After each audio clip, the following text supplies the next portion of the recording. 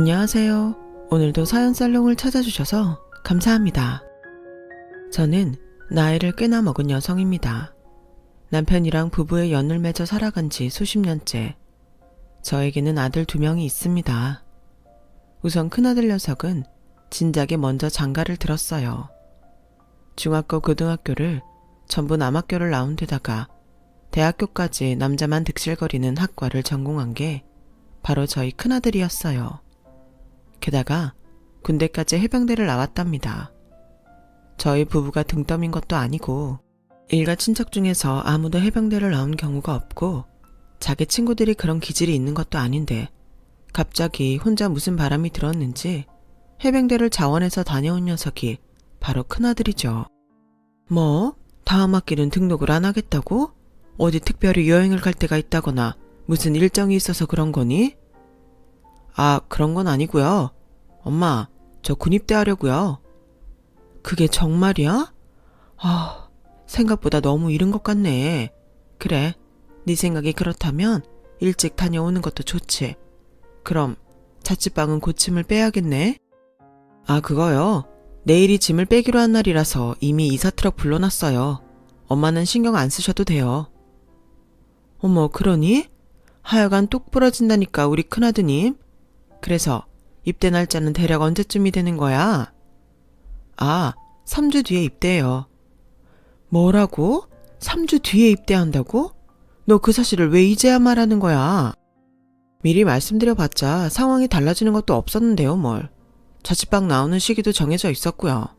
아, 참고로 저 해병대 갑니다. 뭐? 해병대? 나한테 없는 것도 정도가 있지. 갑자기 웬 해병대를 간다는 거야? 너 이거 네 아버지한테도 상의 다 해본 거 맞아? 아니요. 아직 말씀 안 드렸는데. 제가 알아서 아버지한테 잘 설명드릴게요. 장남이 해병대 간다 그러면 반기시지 않을까요? 설마 혼이라도 내시겠어요? 아무튼 엄마는 아무 걱정하지 마세요. 자식 낳아서 키워보신 분들은 아실 테죠. 자식이 내 걱정하지 말라고 할 때만큼 부모로서 걱정되는 순간이 또 없다는 것을요. 너무 건실하고 성실하고 차분하고 아주 똑소리 나게 철두철미해서 되려 자기 부모를 염려시키는 자식이 또 있을까요? 어찌 보면 저희 큰아들은 굉장히 개성 넘치고 특이한 경우인 것 같네요. 휴가 나온다는 말도 안 하고 불쑥 집으로 오거나 저랑 남편한테 이런 방구도 없이 혼자 복학 계획을 짜서 학교로 돌아가는 등 정말 독단으로 실행하는 것에는 도 같은 녀석이에요. 표정도 있잖아요. 보고 있으면 제가 낳은 자식이지만 도대체 속으로 무슨 생각을 하고 있는지 당최 알 수가 없습니다. 눈썹도 진해가지고선 시종일관 무표정을 짓고 있는데 그 속을 저라고 어떻게 알겠나요? 이런 장남이 남자만 득실거리는 환경에서 10년 이상을 살고 있었으니 부모로서 속이 타들어갔죠. 자기 친구들을 보면 꽤 연애들을 하는 것 같았는데 정작 본인은 여자친구 한 번을 만들지 않았으니 걱정이 많았어요. 그래도 이제 대학 졸업했으니까 취업하고 나서 자리를 잡으면 여자친구도 좀 만들고 그래. 알았지? 이 엄마는 절대로 아들 뺏겼다고 며느리한테 횡포 부리는 그런 시어머니는 되지 않을 작정이거든. 그러니까 안심하고 연애 실컷 하면서 결혼할 짝도 얼른 찾고 그래. 우리 아들 엄마 마음 알겠지? 글쎄요. 아, 맞다. 저 취업했어요. 뭐? 어디로? 저번에 지원했던 거기? 아니면 오늘 면접 보고 온 곳이야? 지난번에 지원했던 거기요. 출근해서 오늘 일하고 왔는데요. 이미 출근을 했다고? 너 취업을 했으면 했다고 말을 해야 할 거 아니야. 아우, 속 터져. 도대체 언제 말을 해주려고 그랬어? 말씀드리는 걸 깜빡했어요. 아직 여자친구 만들 생각은 없지만 혹시 생긴다면 그때는 깜박하지 않고 바로 말씀드릴게요. 정말 특이한 방면으로 사람을 환장하게 만드는 저희 큰아들이었어요. 아무튼 무뚝뚝함이 지나쳐서 무건수행에 이른 지경인 저희 큰아들은 여자친구가 생긴다면 즉각 저에게 보고하겠다는 그 약속을 지키지 않았답니다. 하도 연애를 안 해서 자기 부모의 속이 바짝 타들어가고 있을 때가 돼서야 이런 말을 하더라고요. 아, 모처럼 식구들끼리 외식하는 자리니까 생각난 건데요. 저 결혼 생각 있어요. 지금 여자친구랑 3년 정도 만났으니까 슬슬 결혼 얘기가 나와도 되지 않았나 싶어서요. 그때 완전히 저희 식구들 다 뒤로 넘어가 버렸어요. 장남 녀석이 무려 3년 가까이나 연애를 하면서 입을 꼭 다물고 있었던 거예요. 그래놓고서는 갑자기 결혼을 운운하다니요. 너무 어처구니가 없었는데 도대체 큰아들이 연애를 하고 결혼할 정도면 상대가 어떤 여자아이일까 궁금해 죽겠어서 장난조로나마 반대의 뜻을 내비치지 못했어요. 무작정 데려와 보라고 했었죠.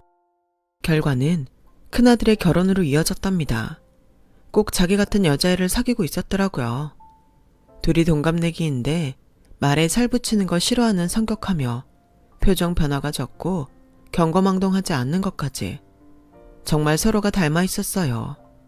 어쩜 이렇게까지 둘이 비슷할 수가 있는지 혹시 먼 친척은 아닐까 싶어서 오직하면 저희 부부가 며느리한테 몇 번이고 가족 이야기를 물어봤다니까요. 형은 내 친형이지만 정말 이상한 것 같아. 우리 가족에서 어떻게 저런 성격이 나올 수가 있지? 엄마, 지금이라도 솔직하게 털어놔봐. 형은 딴 데서 입양한 거지? 아니면 혹시 산부인과에서 애가 바뀌었나? 그런 자기 형을 보면서 저희 둘째 아들이 장난스럽게 심각한 표정을 꾸며내며 저런 의혹을 몇 번이고 내비쳤었네요. 하지만 그럴 리는 없었어요. 왜냐하면 저희 큰아들은 자기 할아버지를 닮은 거거든요. 제 시아버지의 유전자가 남편을 거쳐서 큰아들에게 전해진 게 틀림없었네요. 시아버지께서는 매사에 가타부타 어떻다고 말씀을 안 하시는 분이에요. 그래서 시어머니께서는 평생을 그 점 때문에 복장 터지면서 살아오셨다고 말씀을 하셨더랬죠. 애미야, 놀라운 얘기 하나 해줄까? 네 시애비 말이다. 젊었을 적에는 더했어. 지금보다 한술 더 뜨는 양반이었어. 예? 아버님께서 옛날에는 더 하셨다고요? 말도 안 돼요. 말도 마라. 너 시집 오기 전엔 더 했으면 더 했었지? 외출을 하겠다 말겠다. 밥을 먹겠다 말겠다. 이런 것도 대관절 말을 한마디를 안 했었다니까는. 이런 단편만 보더라도 제 시아버지께서 어떤 분이신지 짐작이 가시나요? 바로 이런 성향을 그대로 유전으로 물려받은 게 제 큰아들이었고 이런 자기 형을 보면서 작은아들은 도저히 이해할 수 없어 했답니다. 남편은 그나마 진중한 스타일이지만 저는 사람 자체가 좀 외향적이고 활발한 편이에요. 작은아들은 집안의 막내답게 애교도 많고 어딜 가나 살가운 행동을 잘합니다. 그래서 제가 작은아들을 무척 예뻐라 하면서 키웠어요. 저에게는 장남, 차남 똑같이 소중하고 사랑하는 자식들이지만 장남이 심적으로 의지가 되는 존재라면 차남은 정서적으로 더욱 가까운 존재였어요. 작은아들은 매사에 저한테 미주알 고주알 자기 이야기를 잘 떠들어대면서 살아온 녀석이에요. 사소한 고민도 저한테 나누고는 했고요. 저 또한 제 안에 있는 이야기를 작은아들한테 털어놓을 때가 많았답니다. 큰아들이 진한 인상으로 어딘가 카리스마 넘치게 생겼다면 작은아들은 유들유들하고 사교성이 좋아 보이는 얼굴이에요. 그래서인지 학창시절 내내 주변의 친구들이 아주 끊이질 않았었네요. 자기 형만큼은 아니더라도 공부에 두각을 나타냈으며 종종 여자친구도 사귀었답니다. 알콩달콩 연애하면서 저한테 몇 번 연애 상담도 청했었고요. 제가 겉으로 표현한 적은 없었지만 사실 속으로는 작은아들이 나중에 더 커서 결혼을 생각하게 된다면 많이 서운할 거라고 그런 생각을 품고 있었어요. 작은아들은 이상하게 성인이 되었어도 제 눈에는 둥지 안의 아기새처럼 보였거든요. 제가 돌봐주고 먹이를 날라줘야 할 그런 존재로 비춰졌죠. 하지만 야속하게 세월은 흘러가더라고요. 작은아들이 대학을 졸업하고 나서 취업을 하더니만 새로 만든 여자친구와 제법 진지한 교제에 들어가더군요. 새로 사귄 여자친구랑은 아직 잘 지내고 있어? 응, 엄마. 나는 미연이가 지금까지 만나본 여자들 중에 가장 좋아. 이렇게 진지한 마음을 가지고 만나는 것도 처음이고, 조금 섣부른 판단일 수는 있는데 미연이랑 결혼하게 된다면 좋겠다는 생각이 들어. 작은 아들이 처음에 그렇게 말을 하였을 때 제 심장이 얼마나 철렁 내려앉았는지 몰라요. 그런 내색은 굳이 하지 않았지만요. 착한 우리 작은 아들이 그토록 마음에 들어하는 상대라면 분명 괜찮은 사람일 거라는 생각을 하면서 저의 섭섭한 심장을 눌렀습니다.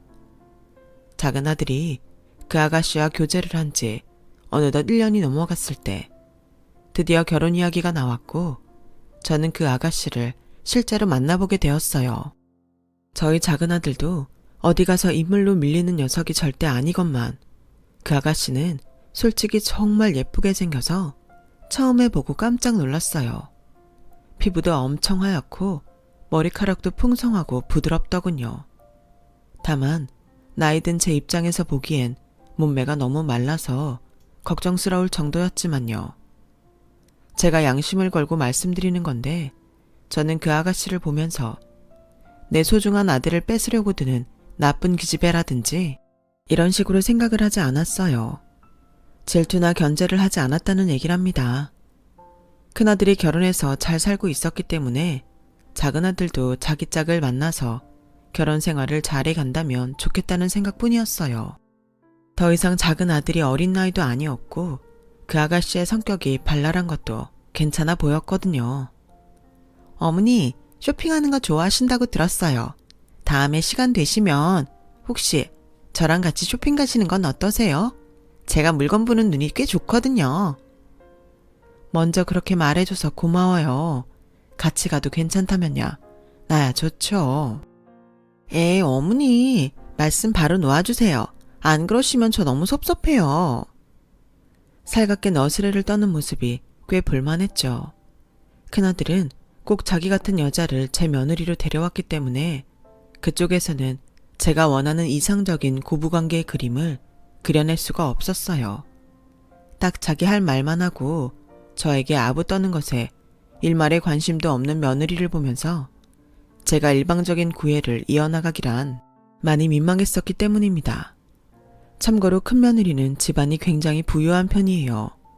사부인의 취미가 무려 3개의 미술관을 하나씩 방문하기라고 하니까요. 사돈어른께서는 사업 때문에 워낙 바쁘셔서 공사 다망하신 분인데 그래서인지 며느리 말을 들어보니까 가족끼리 화기애애하게 모여서 밥을 먹고 떠들고 그런 집안 분위기가 결코 아니었더라고요. 가뜩이나 타고난 성정도 지나치게 차분한데 자라온 가풍마저 그러하였으니 결혼했다고 해서 며느리의 성격이나 태도가 바뀔 리가 만무하였죠. 저는 골프에 미쳐있는 남편 때문에 혼자서 늘 심심했고 친구 모임도 가끔은 지겹게 느껴지는지라 며느리가 들어오면 같이 둘이서 놀러 다니고 싶었어요. 하지만 며느리가 그런 사람이라서 제 바람이 깨졌던 거예요. 큰아들이랑 둘이서 밖에 나가 놀 때도 조용히 드라이브나 하고 전망 좋은 카페에 가서 각자 책이나 읽는다고 하더라고요. 아유, 두야. 하여간 그래서 저는 작은아들이 예비 며느리랍시고 데려온 아가씨가 괜찮아 보였던 거랍니다. 내가 예상했던 것보다 울 작은아드님이 결혼하는 나이가 조금 이르기는 한데 자기 짝 찾았으면 빨리 결혼하는 것도 해답이지. 바로 결혼 준비에 들어가. 이 엄마는 허락이야. 정말이야, 엄마? 진짜 고마워. 아빠는 시큰둥하고 반응이 별로라서 걱정이 많았는데 엄마가 이렇게 내 편이라니까 이제 아무 문제 없겠다. 나 그럼 미연이한테 우리 집은 다 허락했다고 그렇게 말한다. 그래, 둘이 앞으로 현명하게 상의하면서 결혼 단계 밟아보렴. 엄마가 지원해줄게. 초기에는 이렇듯 흘러가는 모양새가 아주 매끄러웠답니다. 제가 애지중지 키운 작은 아들, 좋은 아가씨가 앞으로 잘 데리고 살아주기를 기도하였어요. 그러나 저의 이런 선의를 박살나게 만든 것은 바로 그 아가씨였네요. 어머니, 저 받아주셔서 정말 감사해요. 제가 앞으로 개념 넘치고 사리분별 잘하는 며느리가 되겠습니다. 어머니, 개념 며느리를 많이 예뻐해 주세요. 자기 입으로 자꾸만 개념 우는 해대길래 저는 고마워했었죠. 자기 분수를 아는 아가씨인 줄로만 알았어요. 그런 이야기를 듣고 환영하지 않는 시어머니는 세상에 없을 거예요. 그런데 제가 생각하고 기대했던 그런 개념을 그 아가씨는 영영 보여주지 않더라고요. 어머니, 제가요, 나중에 불상사가 일어날까봐 미리 딱 말씀드리고 싶어서요. 설마 어머니께서 개념 없는 시어머니이실 거라고 생각하지 않지만요. 그래도 미리 못 박아놓는 게 정확하니까요. 뭔데 그럴까? 너무 어려워 말고 미리 하고 싶은 이야기 있으면 편하게 해. 네, 어머니. 저는 결혼하고 나서 명절마다 친정과 시댁을 공평하게 가는 며느리가 되고 싶습니다. 친정에 이틀 있었으면 시댁에도 이틀 있는 것이죠.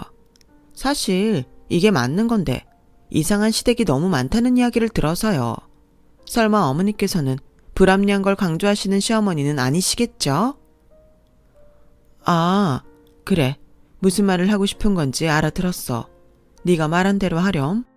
나는 그 대어 명절에 너를 더 잡아둘 생각이 없으니까. 역시 어머니께서는 개념 있는 시어머니이실 줄 알았어요. 아, 그리고요. 저는 어머니께서 김장하실 때 같이 안 할 거예요. 저는 원래 김장김치 잘 안 먹어요. 태어나서 한 번도 김장을 해본 적도 없고요. 해볼 생각도 없어요. 김장을 안 하겠다고? 그건 뭐 나도 시골 큰형님 댁에 가서 매번 양념만 버무리고 받아오는 셈이니까 김장이라고 해봤자 내가 제대로 하는 건 없는데.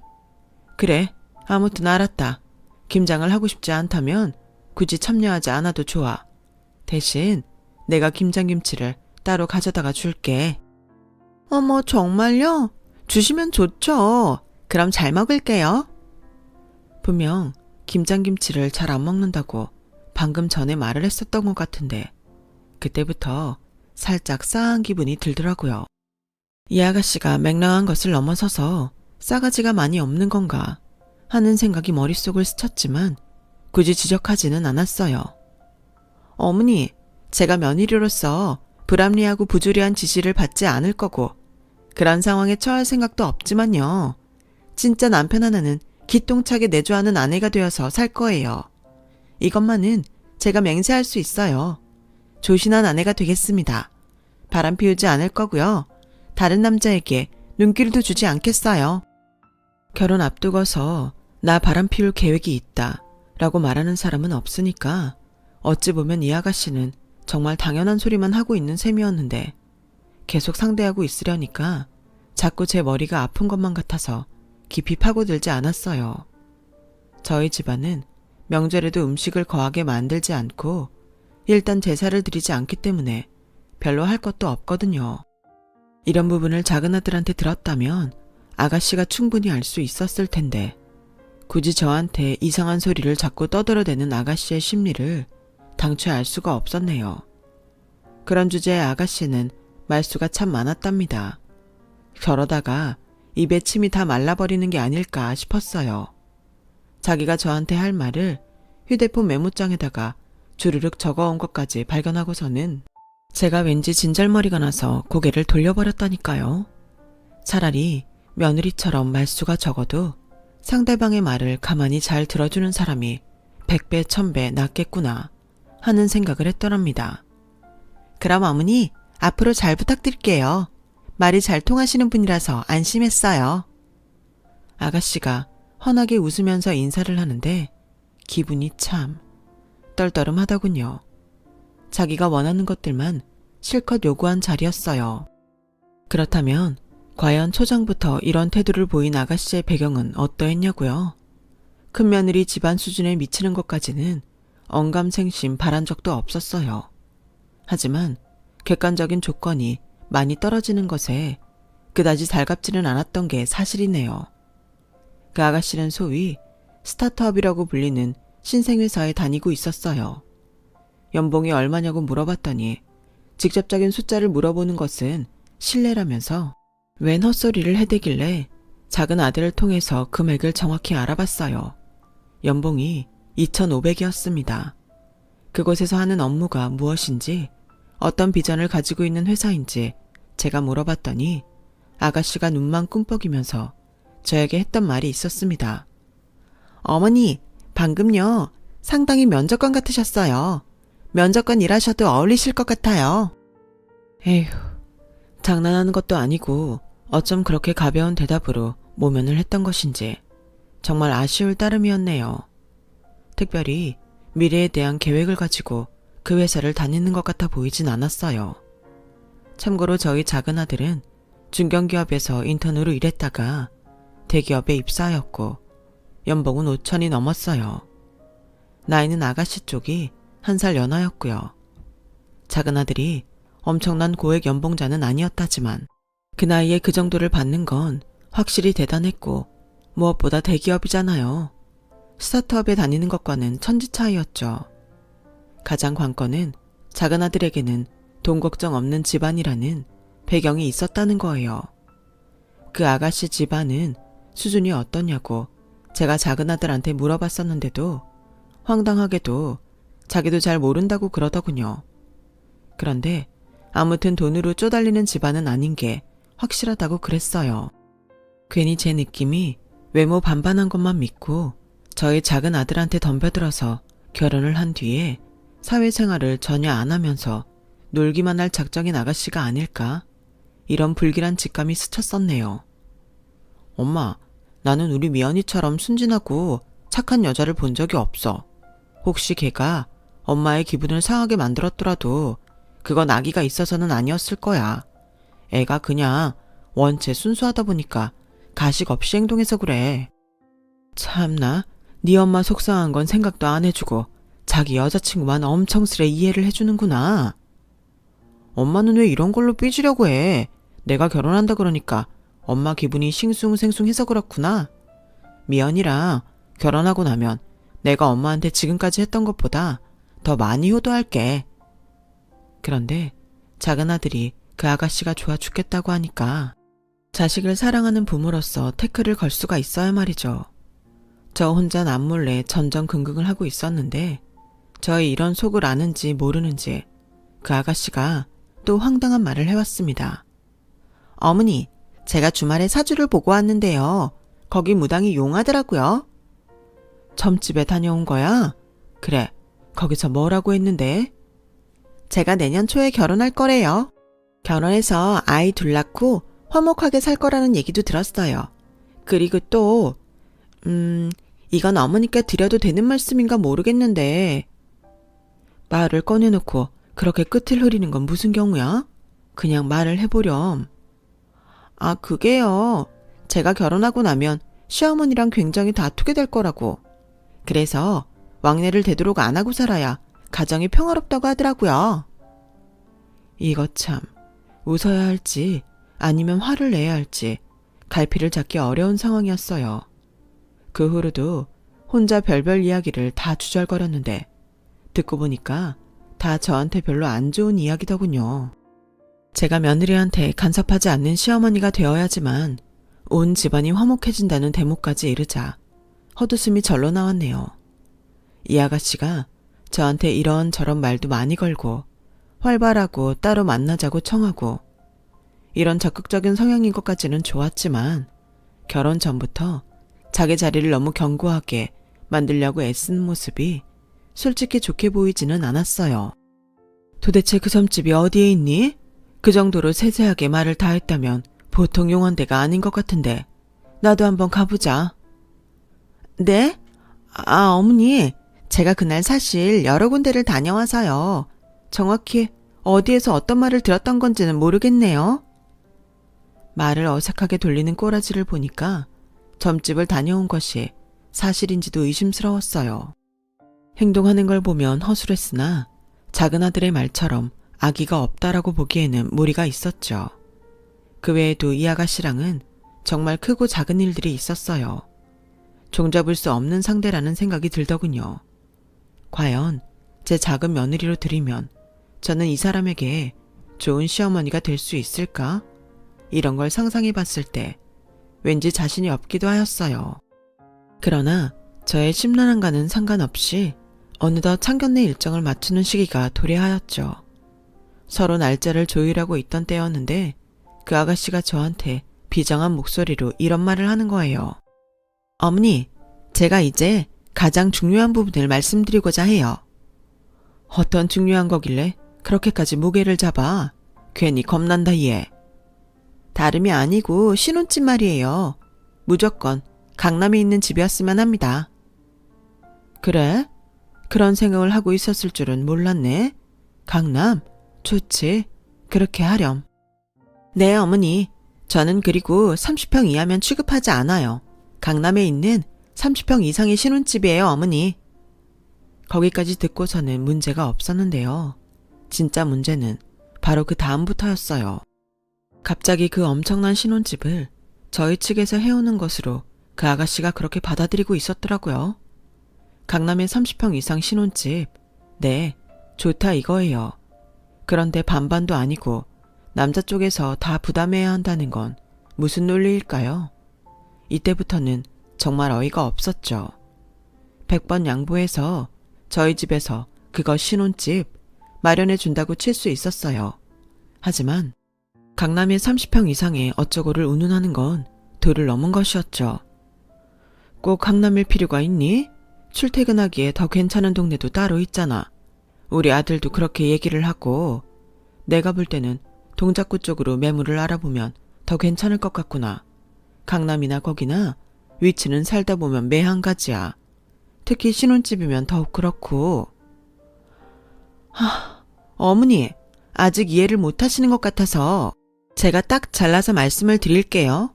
강남이냐 아니냐, 이거 하늘과 땅 차이인 거 어머니도 아시지 않나요? 그런데 왜 다른 동네 이야기를 하세요? 제 가치를 깎으시네요. 제가 그런 것에 넘어갈 줄 아셨나요? 저 그렇게 맹하지 않아요. 제가 말씀드렸잖아요. 저 개념 있는 며느리가 될 거라고요. 세상 물정에 빠삭하다는 말씀입니다. 저는 강남이 아니라면 이 결혼 솔직히 다시금 고민해 봐야 할 것 같아요. 뭐라고? 지금 그러니까 강남에 집해올 수 있는 집안이 아니라면 결혼을 하고 싶지 않다는 뭐 그런 이야기를 하고 있는 거니? 그렇게까지 노골적으로 말씀하실 건 없는데. 제가 양보해서 30평 이상이라는 조건은 빼드릴 수 있어요. 27평이나 28평 집도 있을 거 아니에요. 그런 건 제가 또 감안을 해드릴 수 있죠. 세상에 저는 태어나서 그렇게 황당한 말을 그때 처음 들어보는 것이었어요. 이 아가씨랑은 도저히 말이 안 통하겠다 싶어서 제가 분위기를 잡고 작은 아들한테 물어봤습니다. 한번 대화를 나눠봤어요. 이런 상황에 대해서 어떻게 생각하냐고 물어본 뒤에 그 아가씨에 대한 저의 감상을 침착하게 전달하였죠. 그랬더니 작은 아들이 깊은 고심에 잠기더군요. 엄마 아빠한테 전적으로 의지하는 결혼인 거 나도 진작에 알고는 있었는데 그렇게 강남이니 30평이니 하는 이야기를 들으니까 진짜 너무 민망하고 엄마 아빠한테 미안하다. 내가 지금 이 결혼을 하는 게 정말로 맞는가? 하는 그런 생각이 자꾸만 들고 있어. 그런 걸로 미안해할 건 없어. 부모가 자식한테 해줄 수 있는 만큼 다 해주는 건 엄마는 그게 당연한 일이라고 생각하는 사람이야. 그런데 엄마는 말이지, 우리 아들이 감정에 휩쓸려서 부족한 상대와 성급한 결혼을 하지 않기를 바랄 뿐이야. 작은 아들은 굉장히 속상해하고 있었어요. 저랑 이런저런 얘기를 주고받다가 결국 눈에 눈물을 달더라고요. 성정이 여린 그 속을 제가 알고 있었기에 제가 그 아가씨한테 연락해서 신혼집 문제에 단판을 짓겠다고 하였습니다. 그랬더니만 그 아가씨가 엄청 화를 내더라고요. 도대체가 개념 있는 며느리가 되겠다는 소리를 왜 했었는지 모를 일이었어요. 해주실 수 있는 능력 되는 거 뻔히 아는데 왜 강남 신혼집을 해주기 어렵다고 하시는 거예요, 어머니? 남자가 집해오고 여자가 혼수해오는 이상적인 그림이 그렇게나 싫으신가 보죠? 듣고 보니까 내 말도 일리가 있구나. 그 이상적인 그림이라는 거 괜찮을 것 같네. 그럼 우리가 집을 마련할 테니까 네가 내가 원하는 혼수를 다 해오련? 너를 많이 생각해서 한 10억 원짜리에 맞춰서 해오면 아주 이상적일 것 같은데 어떠니? 제가 잘못 들은 거죠, 어머니? 혼수가 10억이라뇨. 그 숫자가 말이 된다고 생각하세요? 강남 30평짜리 집을 떡하니 장만해야 하는 건 당연한 일이고 혼수 10억은 말도 안 되는 일이다. 그거 논리 한번 개념 없구나. 네가 개념 있는 며느리가 되는 건 아무래도 힘들겠는걸. 그랬더니만 글쎄 이 아가씨가 말을 똑바로 못하고 한참을 워버버거리더니 거의 입에다가 개거품을 문 기세로 괴상한 소리를 내면서 막 험한 말까지 하더라고요. 흥분해서 천지분간이 안 되는 모양이었어요. 그런 걸 보니 성격이 참 다혈질이구나 싶었답니다. 요즘 세상은 결혼의 가장 큰 장애물을 돈으로 꼽을 만큼 그게 가장 중요한 요소인데 어디서 신혼집을 자기 멋대로 강남 30평 이상이라고 지정하면서 내놓으라고 하나요? 개념이 없어도 너무 없는 것이었죠. 남편은 그냥 제 뜻대로 처리하라 하였고 그래서 저는 작은 아들한테 단호하게 선언하였답니다. 너 이 결혼 없던 일로 해. 단번에 허락했던 것이 무색할 만큼 지금 나는 내 결혼을 결사 반대하는 입장이 됐으니까. 엄마, 나도 이 결혼에 너무 고민이 많았는데 엄마가 그렇게 말을 해주니까 생각이 확 정리가 되네. 알았어, 그럴게. 작은 아들이 고개를 푹 숙였어요. 그 아가씨랑 별 아무 생각 없이 연애할 때는 너무 좋았다고 해요. 그런데 결혼 이야기가 시작되고 나서부터 모든 게 삐그덕거렸다고 하더군요. 설마 하니 그렇게까지 속물적인 면모를 가지고 있는 여자인 줄은 미처 몰랐다고 했어요. 만약 알았다면 결혼 이야기를 자기가 먼저 꺼내는 일도 없었을 거라 했죠. 그리고 무엇보다 작은 아들은 자기 형이랑 자기를 비교하면서 이번 일로 많이 초라해진 모양이었어요. 왜냐하면 큰아들은 결혼할 때 집에서 조금 지원받았을 뿐 둘이 다 알아서 해결했거든요. 사실 결혼 상대부터가 작은 아들의 경우와는 상황이 완전히 달랐지만요. 어쨌거나 다행이었죠. 그 덕분에 작은 아들이 엄마 아빠 도움을 최소한으로 받는 결혼을 하겠다면서 혼자 목표로 삼고 그 아가씨를 정리해냈으니 말입니다. 작은 아들한테 차인 그 아가씨가 저한테 연락을 했었어요. 혹시 반성을 하나 싶었는데 그게 아니라 저한테 웬 지적질을 날리면서 저를 가르치려고 들길래 아이고야, 잠깐 듣기만 해도 너무 피곤해서 바로 번호를 차단해버렸네요. 그 후로 작은 아들한테 그 아가씨가 찾아가서 다시 받아달라고 울며 불며 빌기도 했는데 이미 버스는 지나간 지 오래였으니 아무 소용이 없었답니다. 사람 욕심이 끝이 없다는 건 있는 기회마저 날릴 수 있는 것 같아요. 작은 아들도 귀한 인연을 맺을 수 있겠죠. 귀한 시간 내주셔서 저희 집 이야기를 들어주신 분들 고맙습니다. 여러분의 가정이 항상 평안하시기를 빌어요. 여러분, 사연 댓글에 응원과 현명한 조언 부탁드려요. 좋아요와 구독은 저에게 큰 힘이 됩니다. 오늘도 좋은 일 가득하세요.